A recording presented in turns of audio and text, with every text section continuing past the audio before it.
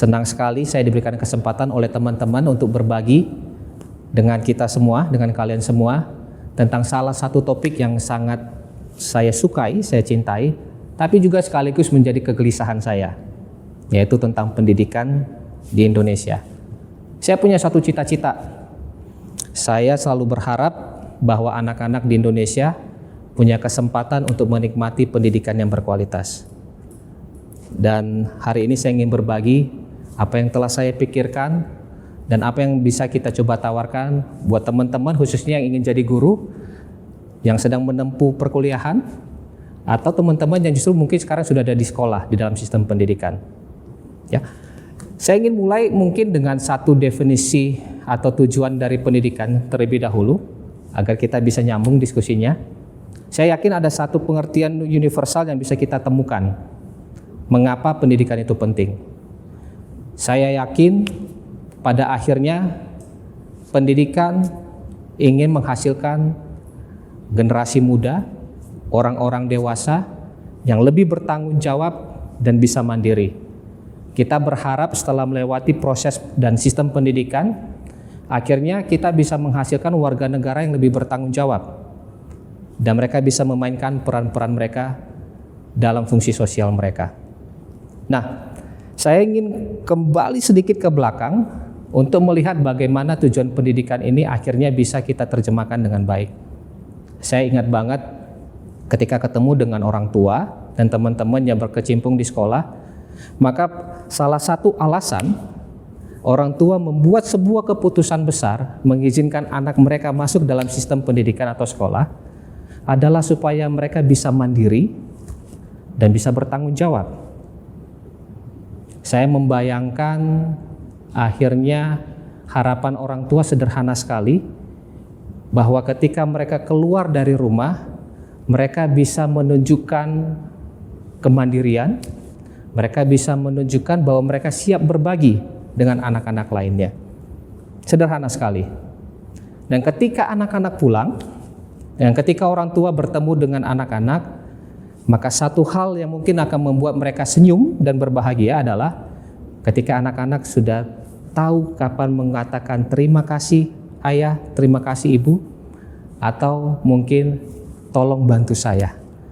Maka orang tua akan mengatakan yes, berhasil. Sekarang mari kita coba lihat, setelah putra-putri anak-anak kita, teman-teman semuanya melalui proses pendidikan yang panjang, 12 tahun, 14 tahun, 16 tahun, apakah kita masih menemukan senyum yang sama? Apakah kita masih menemukan kebahagiaan yang sama?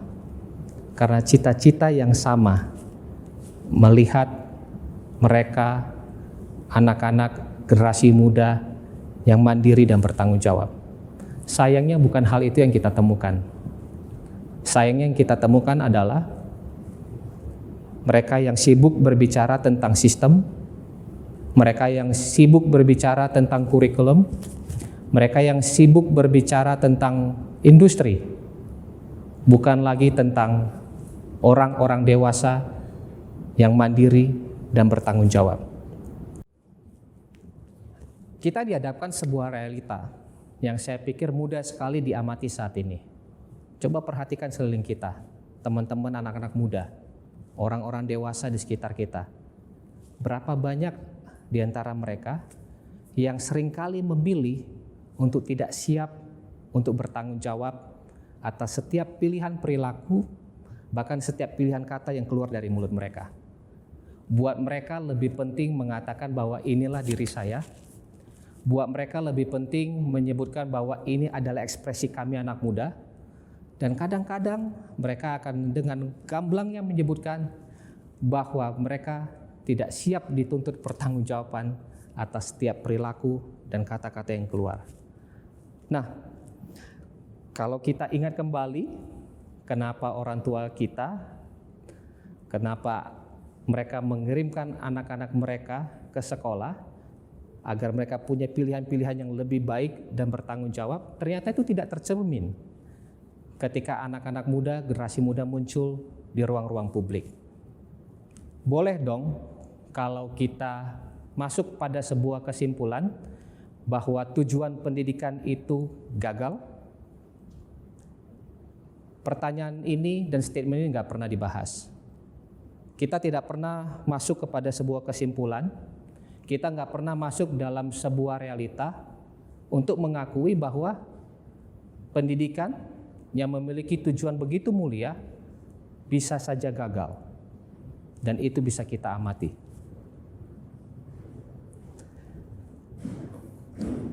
Saya ingin berbagi tentang salah satu kegelisahan saya tentang sosok guru. Kenapa? Bagi saya, guru adalah jawaban. Bukan hanya salah satu, tapi mungkin satu-satunya jawaban atas permasalahan pendidikan, apalagi di Indonesia. Teman-teman bayangkan, saya yakin kita bisa sepakat bahwa teknologi tidak akan pernah bisa mengajarkan teman-teman, apalagi adik-adik kita, tentang apa itu tanggung jawab. Di mana teknologi yang bisa mengajarkan kita tentang tanggung jawab? Saya yakin gak ada kurikulum secanggih apapun yang bisa membantu generasi muda untuk bisa lebih mandiri. Tidak ada kurikulum, tidak ada ilmu pengetahuan yang bisa melakukannya. Hanya satu, guru. Pentingnya guru juga menjadi masalah utama dunia pendidikan. Bayangkan ketika guru diberikan sebuah status yang sangat mulia. Tadi kita bicara tentang tujuan pendidikan yang mulia, menghasilkan generasi muda yang lebih bertanggung jawab. Sekarang kita juga melihat sebuah kenyataan bahwa guru mendapatkan sebuah status yang begitu mulia sebagai guru tanpa tanda jasa. Ini sesuatu yang perlu dicermati baik-baik, apalagi buat teman-teman yang saat ini sedang menempuh pendidikan atau bercita-cita untuk masuk dalam dunia pendidikan. Apakah Anda mau? Apakah Anda siap? Apakah Anda ingin memiliki prinsip yang sama ketika Anda masuk ke dalam ruang kelas, ke dalam sistem pendidikan? Yang saya maksud seperti ini. Bayangkan ketika Anda menyandang status pahlawan tanpa tanda jasa, dan ketika Anda berhadapan dengan siswa-siswi, maka yang diharapkan siswa-siswi adalah Anda menjadi orang dewasa yang bisa mempertontonkan mereka bagaimana cara membuat pilihan yang bertanggung jawab dan bagaimana caranya untuk mandiri. Dan ketika Anda gagal untuk menunjukkan bahwa Anda bertanggung jawab dan Anda bisa menunjukkan kemandirian, maka anak-anak, siswa yang berada di sistem pendidikan, mereka kacau. Mereka akhirnya kehilangan konsep tentang apa itu pahlawan tanpa tanda jasa.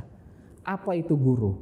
Ketika guru saya mengambil pilihan tidak bertanggung jawab dengan waktu, ketika guru sebagai pahlawan tidak memberikan contoh tentang kemandirian, maka anak-anak kita mulai kehilangan tentang makna atau pengalaman pendidikan yang sedang dia jalani. Saya yakin teman-teman saat ini punya pengalaman masing-masing di sekolah, berinteraksi dengan guru, dan ada sosok-sosok guru yang menjadi pahlawan buat teman-teman semua. Tapi hati-hati, tidak semua guru pahlawan. Kita benar butuh lebih banyak pahlawan dari sosok-sosok guru. Saya ingin juga mengajak teman-teman, termasuk saya sendiri, yang berkecimpung di dunia pendidikan untuk siap mengakui dan siap bertanggung jawab ketika kita gagal melihat anak-anak generasi muda tidak mencerminkan tujuan pendidikan yang kita harapkan. Salahkan saya, salahkan kami. Sayangnya bukan itu narasi yang kita dengar. Narasi yang kita dengar adalah kurikulum apa yang paling baru? Perubahan apa yang terjadi? Teknologi apa lagi yang bisa kita gunakan? Bukan bagaimana generasi muda bisa memainkan peran sosialnya.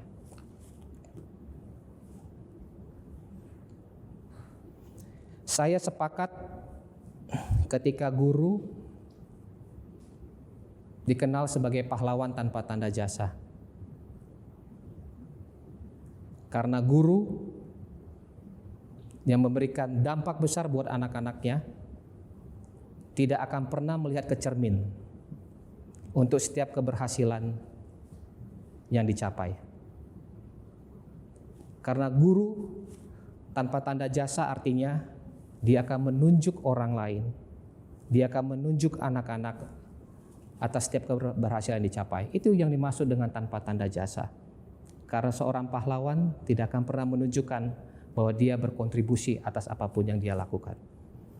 Terima kasih buat Bapak Ibu guru. Terima kasih buat teman-teman yang memilih saat ini ikut dalam misi pendidikan. Terima kasih buat Anda yang tidak pernah mendaftar untuk jadi pahlawan. Terima kasih buat Anda yang ketika berbicara tentang pahlawan, Anda tidak pernah bercermin, tapi menunjuk ke arah lain. Terima kasih.